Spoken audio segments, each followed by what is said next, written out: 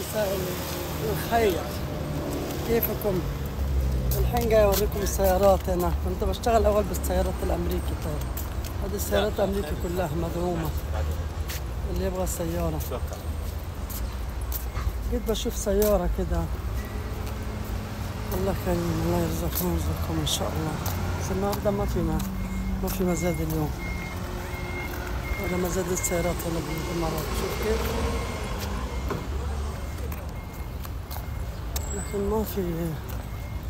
ما في اليوم، بس بيرتبوا بعد كده. بكره ايه؟ يوم الثلاث؟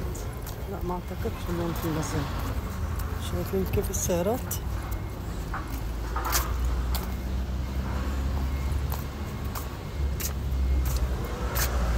هذه السيارة موديل 2019، حاطين الممشى حقتها مشي 89,000. لا هذا رقم الشاسيه حقتها، رقم الشاسيه. وين مشي حقتها؟ هذا الميل، مش كاتبين الميل، مو كاتبين مشي كم. تبدأ مزادها 33,000. شايفين كيف؟ 8 سلندر. أول كنت بشتغل في السيارات، صوتي كان واطي مرة، ممكن مو موجود بالفيديو الصوت زيادة. شايفين؟ المستنج هذه حلوة مرة، لونها مرة حلو.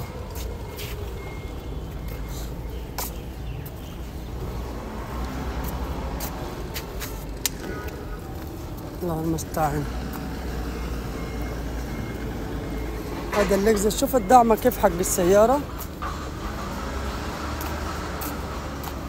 طبعا ممنوع السعوديين يشتروا السيارات هذه، لأن ما بتدخل السعودية نهائي مرة، ما تدخل السعودية عشانها مكتوبة في الورق حقت الجمارك حقتها من أمريكا إن هي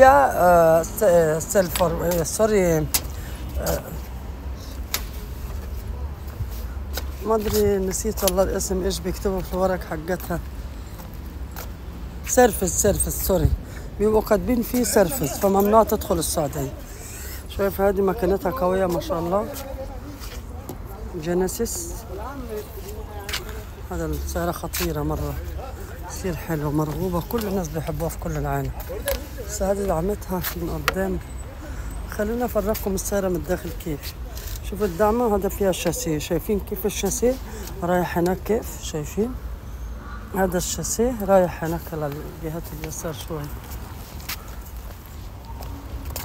خلاص هذه ينفع تصلح الشاسيه عادي، لكن هنا ممكن ما تتسجل. شوفوا فول اوبشن السيارة، فيها بانوراما، فيها بصمة، دخول بدون مفتاح، تشغيل بدون مفتاح.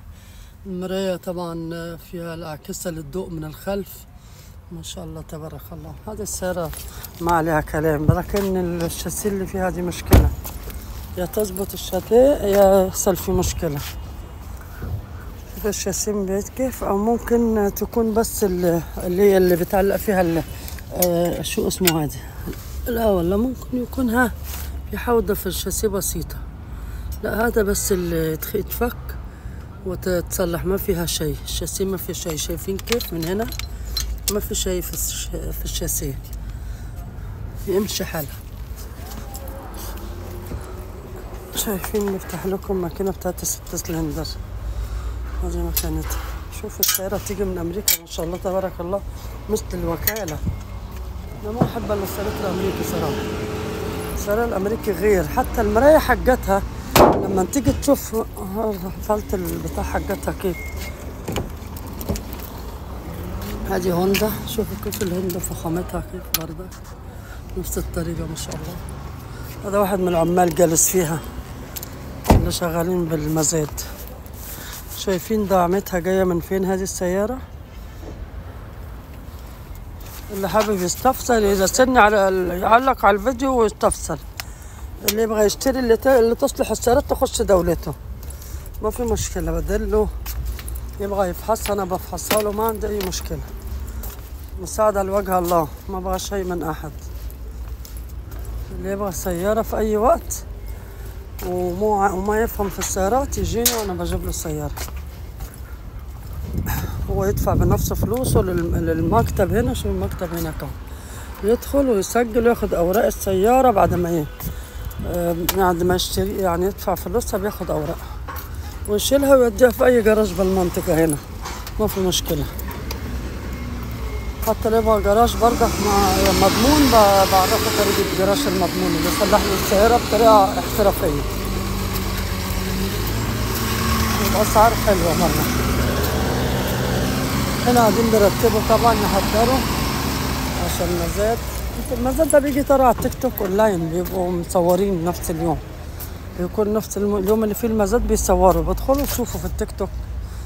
هذا اسم المزاد اهو، شايفين كيف؟ كنت اول بشتغل والله بجيب مرسيدس واجيب كوريلا وكنت ببيع والله سيارات، كنت ببيع شغالة. لكن بصراحة بعد كده وقفت شغل السيارات، جت كورونا والدنيا كلها سكرت والدنيا اتقلبت لخبط كيانها، ولا حول ولا قوة إلا بالله. لا يعود هذه الأيام يا رب إن شاء الله. شايفين هذه السيارة النيسان الكبيرة هذه؟ شايفين بكم؟ شوف هذه ماشية كم؟ 40,244. شايفين؟ يعني مش ماشية ولا حاجة، وموديل 2022 أرمادة كمان، وسعرها بيبدأ المزاد حقتها 57,500. طبعا بتزيد طبعا مع افتحها. والله مسكرينها دي، مش عارفة مسكرين، في بعض السيارات بيسكروها. في ناس بتيجي بتبقى عايزة السيارة تروح قافلة السيارة عشان محدش يشوفها، عشان محدش يشوفها من داخل وتعجبه يشتريها. هو فكرهم كده، هم الزبائن نفسهم بيقفلوا باب السيارة. بعض الناس يعني، أنا شفت ذلك بعيني، يعني مش بقول كده تخمين.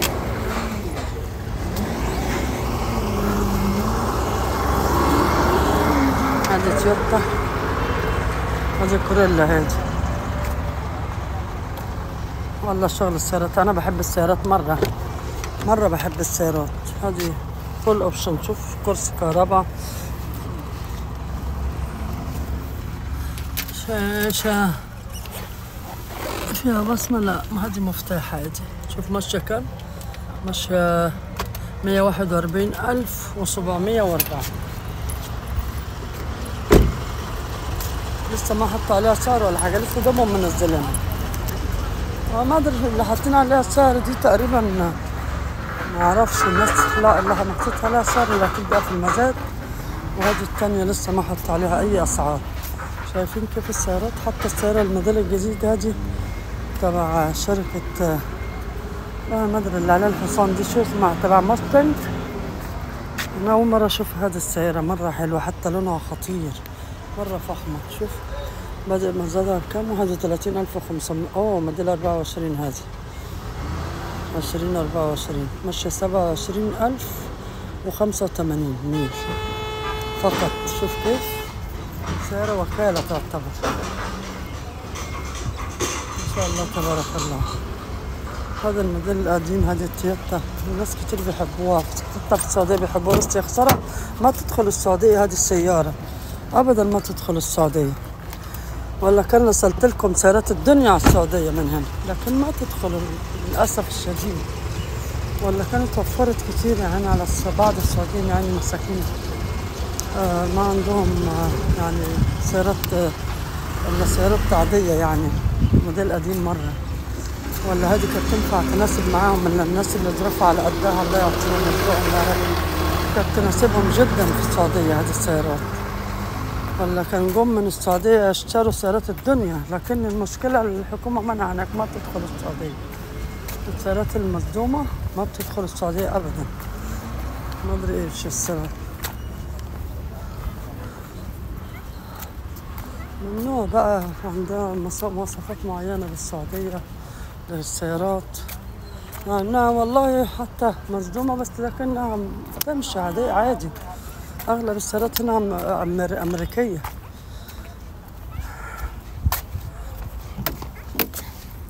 في ناس بيحبوا السيارات الامريكي وفي ناس ما بتحبهاش، تقول لك لا انا ما اعرفش ايش فيها، لان طبعا ما بيعرفوش اغلبيتهم يجوا يشتروا من هنا ويصلحوا مثل ما انا بسوي. شايفين السيارة دي كيف تبع البر هذه؟